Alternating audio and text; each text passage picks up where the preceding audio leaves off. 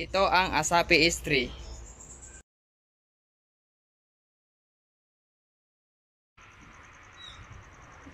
Yan ang lead niya, guys. Check natin gaano kalakas ang ilaw niya, guys. Yan, ang lakas, guys. Kahit umaga, guys. Kitang-kita, guys. Sobrang liwanag, guys.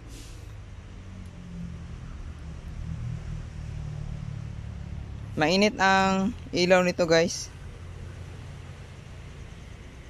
Kaya iano mo siya sa tubig, ibabad talaga. Pangsisid sa dagat to, guys. Yan. May indicator siya, guys. Green pa siya, guys, pag marami pang laman yung battery. Kapag kalahati na, guys, mag-yellow.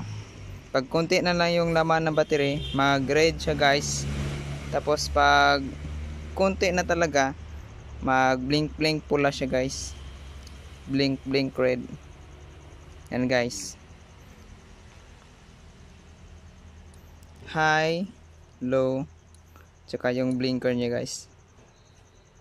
Yan ang blinker niya, guys. Lakas, guys. At ito, guys, battery charger ng ating Asapi S3. Ang sukat ng battery nito, guys, ay 26650. Yan ang sukat ng battery natin, guys. Ang ilagay dito, guys. Type C ito, guys. Ito yung Type C cord nyo, guys. Yan, guys. Matagal to malubat. Aabot siya na 4 na oras. Kaya dito ako sa Simuko, tagal maglubat.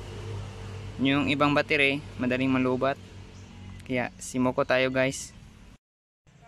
At yun ang Asapi S3, guys. Salamat sa pagpapanood, guys.